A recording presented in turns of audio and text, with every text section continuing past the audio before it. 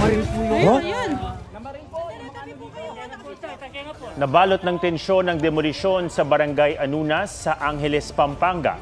Sa isang kuha ng residente, makikita ang demolition team na may mga binabato sa kabilang panig. Hindi malinaw kung sino sa magkabilang panig ang nagpasimuno ng pamamato.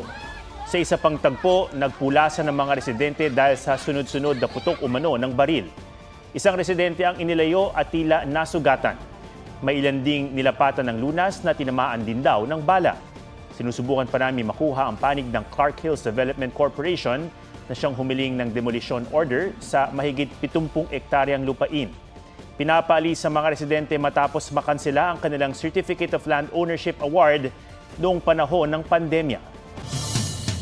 May panawagan si dating Pangulong Rodrigo Duterte sa kanyang talumpati sa prayer rally ng mga taga-suporta ni Apollo Kibuloy sa Maynila. Huwag daw pumayag sa ginagawa ng pamahalaan ngayon.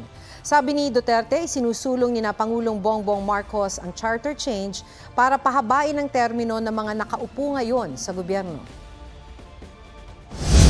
Ang puntarya talaga nila, ito. Yung term extension. Basta panahon ng Marcos, napakialaman talaga yung konstitusyon. Pinapahaba yung trabaho. Huwag kayong pumayag na gano'n. Kababuyan yan. Bili naman ni Duterte sa publiko, huwag gumawa ng gulo at karahasan. Wala pang pahayagang Malacanang tungkol sa tirada ni Duterte. Dumalo rin sa prayer rally sina Vice President Sara Duterte at Attorney Salvador Panelo. Naroon din si Senador Robin Padilla na nanawagang huwag iwan si Kibuloy na anya'y nagsakripisyo sa bayan. Dumalo rin sina Senador Bongo at Senador Bato de la Rosa para suportahan si dating Pangulong Duterte at ang kaibigan niyang si Kibuloy. Para raw masawata ang mga krimen, gusto ng lokal na pamahalaan ng San Carlos City sa Negros Occidental na half-face helmet lang ang gamitin ng mga rider at angkas. Pinalagan niya ng ilang biker groups. May report si Katrina Son. Mula nang magmaneho ng motorsiklo si Noel Pater, full-face helmet ang kanyang ginagamit.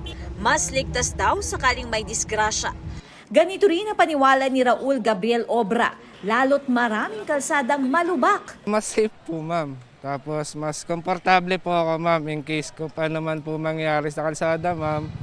Mas tiwala ako na mas safe yung ulo ko. Mas safe po talaga yung full face kasi maraming beses po pag may mga lubak, pag pwede pong tumama dito yung baba, madadamage po yung dito natin. Pag half face po kasi hanggang dito lang po yung mapoprotektahan. Pero sa San Carlos City, Negros Occidental, ipinasa ang Executive Order 89 nitong katapusan ng Pebrero na nag-uutos sa motorcycle riders at back riders na half-face helmet ang isuot. Isa sa mga dahilan ng pagpapatupad nito ay ang nakakaalarmang insidente ng krimen na kinasasangkutan ng mga rider at angkas na nakabonet at full-face helmet. Pero maaari naman daw gumamit ng full-face helmet sa ilang lugar sa lungsod.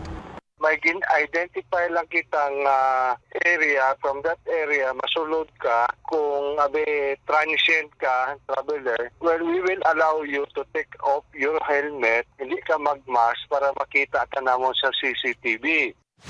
Kontra naman ang ilang biker groups sa executive order. Mayroon daw kasing national law na nag-uutos sa mga rider na magsuot ng helmet pero hindi naman daw nakasaad na dapat half-face helmet ang gamitin. May karapatan daw dapat na mamili ang rider. Paano kaligtasan ng rider? At saka bakit nila pinagbaban? Ito ba ay kontra-criminal na naman? Lumang issue na yan. Ibig sabihin, their police are not doing their job in maintaining peace and order. Bakit sa rider ibubuntong yung nila? Walang kaparehong utos ang anumang syudad sa Metro Manila tulad ng sa San Carlos City. Pero ayon kay San Juan City Mayor Francis Zamora ng Metro Manila Council, isasangguni ko po ito sa mga miyembro ng Regional Peace and Order Council na kailangan pang ikonsulta sa ating mga miyembro na ating kapulisan ng mga local government units. So, mas mabuting pag-usapan muna ito at tingnan ko anong maging opinion po nila. Ang ilang mga motorista naman may solusyon na raw rito.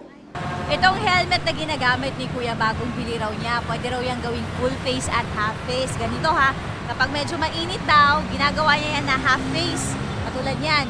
Pero kapag talagang matuloy ng takbo niya, kailangan niya gawing full face tulad nga nito.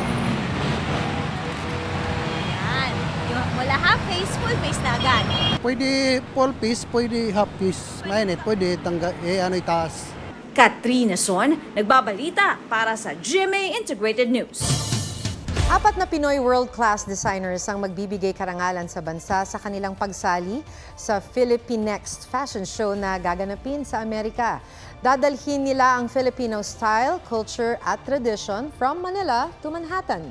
Bukod sa pagpapakilala sa mundo, nais din nilang magbigay inspirasyon sa iba pang local designers. Ang event ay selebrasyon din ng Pinoy style at culture.